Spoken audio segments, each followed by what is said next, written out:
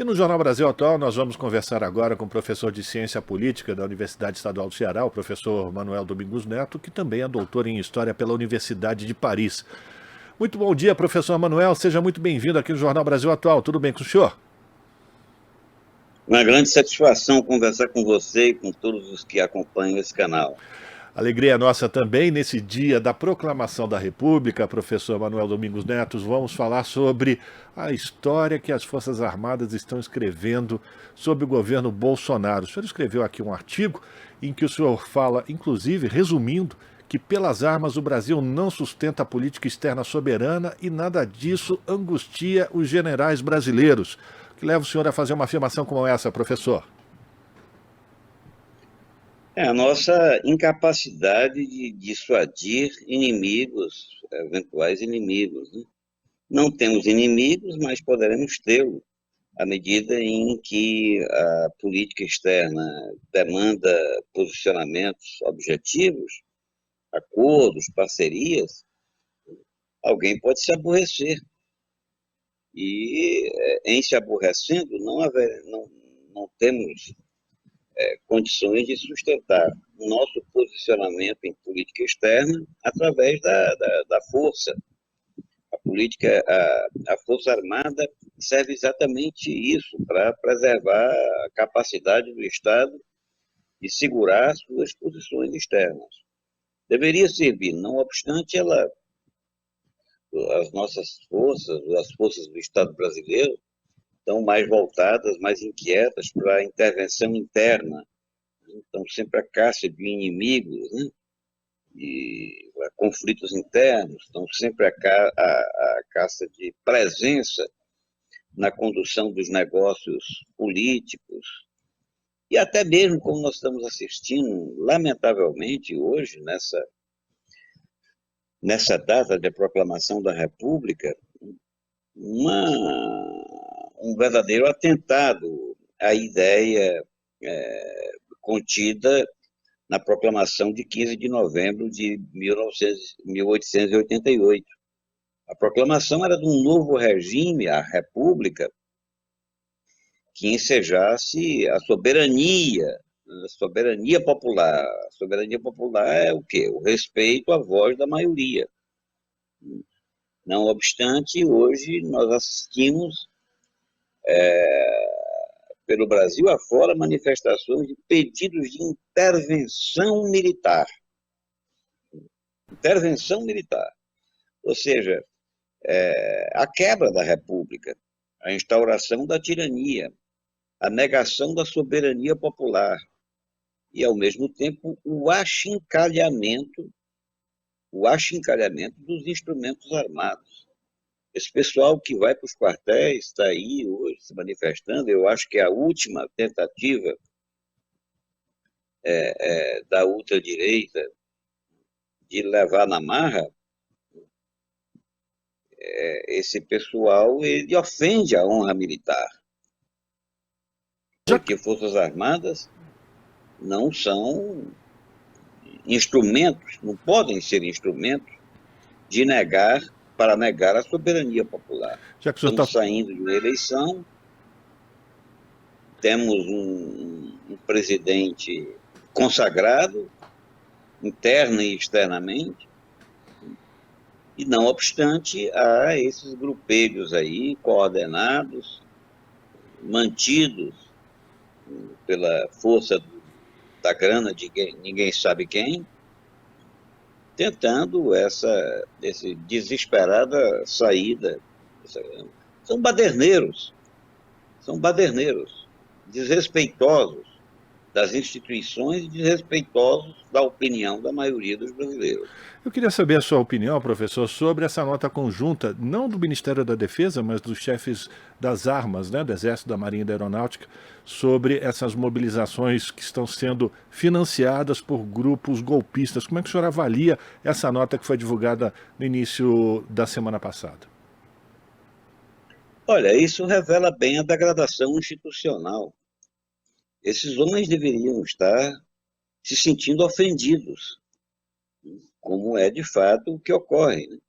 Estão ofendendo as Forças Armadas. E, não obstante, eles terminam estimulando. Isso é inadmissível, absolutamente inadmissível. Foge a qualquer padrão republicano no dia da República. Foge a qualquer ideia de legalidade. Foge, enfim, nega, enfim, a própria natureza constitucional das Forças Armadas, que é a de defesa do Brasil. Porque o que ocorre hoje,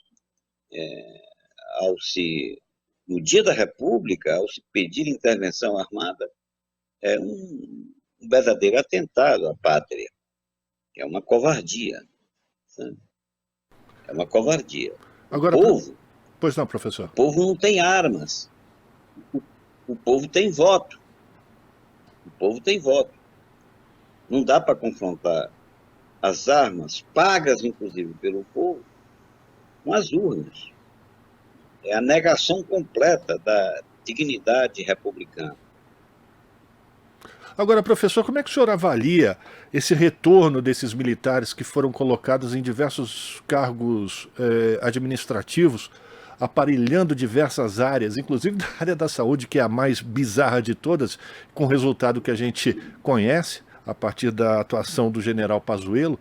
O país alcançou números inimagináveis de mortes que poderiam ser evitados por conta da Covid-19.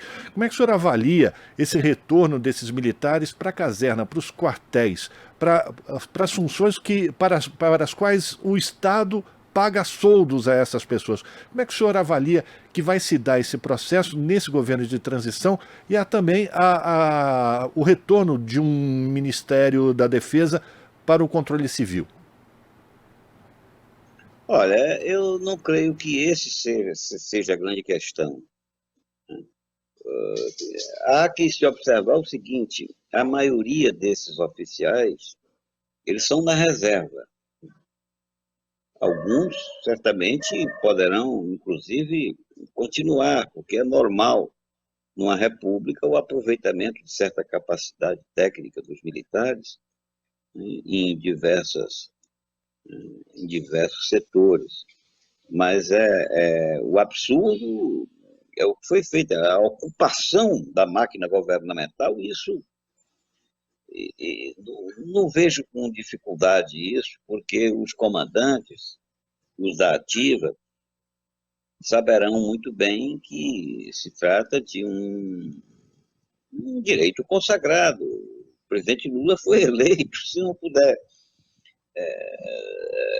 governar com suas próprias forças, há uma corrente que foi vitoriosa nas eleições. Então, trata-se de respeito. Agora, me parece que a função dos militares ela foi um tanto quanto deturpada, e está hoje deturpada profundamente, por conta das múltiplas atribuições que lhes são dadas. Acho que a missão essencial é a defesa contra o potencial agressor. À medida em que os militares se liguem nisso, eles vão deixar essa mania de ocupar tudo quanto é coisa, de mandar em tudo, né? Os militares precisam preparar o país, a defesa do país. À medida em que essa ideia prevaleça, vejam bem, o país está indefeso. Está indefeso o Brasil. É uma questão de extrema seriedade. À medida em que essa noção prevaleça, a missão das Forças Armadas definida, o resto vem por consequência. Eles terão que se dedicar a essa tarefa central, que é uma das tarefas mais nobres que se pode entregar a algum agente público, né? A defesa do coletivo nacional. Sem dúvida, professora. E lembrando, inclusive, que sob a gestão de Bolsonaro, o Exército Brasileiro, enfim, as Forças Armadas Brasileiras se colocaram como suporte, né, do Comando Militar do Atlântico Sul dos Estados Unidos, né, as forças de segurança militares dos Estados Unidos. Eu queria uma avaliação sua, professor, sobre como mudar essa situação. É preciso mudar os currículos das escolas militares, é preciso formar uma nova geração de militares com outro tipo de construção, enfim, dessas patentes. Como é que o senhor avalia que é possível fazer essas mudanças? Às vezes as pessoas imaginam que mudando o currículo de escola militar, tudo vai entrar nos eixos. Mas isso não tem cabimento. O que tem que se mudar são as prioridades, são as missões. Os cursos, a formação dos profissionais são definidas a partir de missões. Se, por exemplo, se estabelece a noção de que nós precisamos ter autonomia em armas e equipamentos, sobrará muito pouco tempo para que os militares pensem em outras coisas. Há também essa atuação difusa das Forças Armadas, em particular do Exército, fazendo de um tudo no país. Isso é extremamente nocivo, como eu já me referi. Veja, as corporações elas têm autonomia para definir os cursos, a formação. Elas têm autonomia para isso. Agora, só elas podem fazer isso. Inclusive, no passado já houve tentativa, no tempo do ministro Jobim, e, enfim, é impossível, inimaginável que de fora queira se interferir numa autonomia institucional. O que os militares não podem ter autonomia é quanto à missão que lhes é dada. À medida em que essa missão seja claramente definida, o resto vem por consequência, como eu já me referi. E nisso cumpre essencialmente ao presidente da República, que é o comandante supremo das Forças Armadas. Sabe? O comando tem que, como eu disse no artigo que você mencionou, o comando tem que saber estabelecer metas, diretrizes, missões, prazos, tem que saber cobrar a execução das coisas. E aí, em consequência, os cursos serão revistos. Agora, ainda sobre esse aspecto dos cursos, porque se fala muito nisso, acha que isso aí é a grande solução, eu queria lembrar o seguinte: os militares são formados numa concepção muito própria, desde jovem, acerca da história do Brasil, do processo social brasileiro. E essa interpretação que eles dão ao processo social brasileiro define a força como central, como, digamos assim, um grande ator da construção do Brasil. É como se a existência da nação fosse uma dádiva do quartel. E, nesse sentido, se trata de uma concepção absolutamente inaceitável, porque ela distancia a percepção civil da percepção militar. Ora, isso é inadmissível. O militar tem que sentir o Brasil do mesmo jeito que a sociedade sente.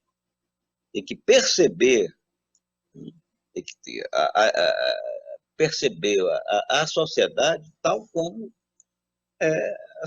sabe, o homem comum, o brasileiro comum percebe. Essa de atribuir papel central na construção da nacionalidade à Força Armada é alguma coisa muito nociva. Nesse sentido, para concluir a sua questão, há muito o que se fazer nessa matéria. Perfeito. Quero agradecer a participação do professor de Ciência Política na Universidade Estadual do Ceará, doutor em História pela Universidade de Paris, professor Manuel Domingos Neto, falando aqui sobre o papel que os militares estão exercendo, principalmente durante o governo de Bolsonaro, que está terminando agora. Professor, muito obrigado pela sua participação. Forte abraço para o senhor. Pois não. Me permita só uma pequena correção. Pois não. Eu sou professor aposentado da Universidade Federal Fluminense. Fluminense. E fui professor da estadual do Programa de Pós-Graduação em Políticas Públicas da Estadual do Ceará. Perfeito. Um grande prazer conversar contigo. Um forte abraço, professor. Até uma próxima. Grande abraço. Agora são... Estamos apresentando Jornal Brasil Atual.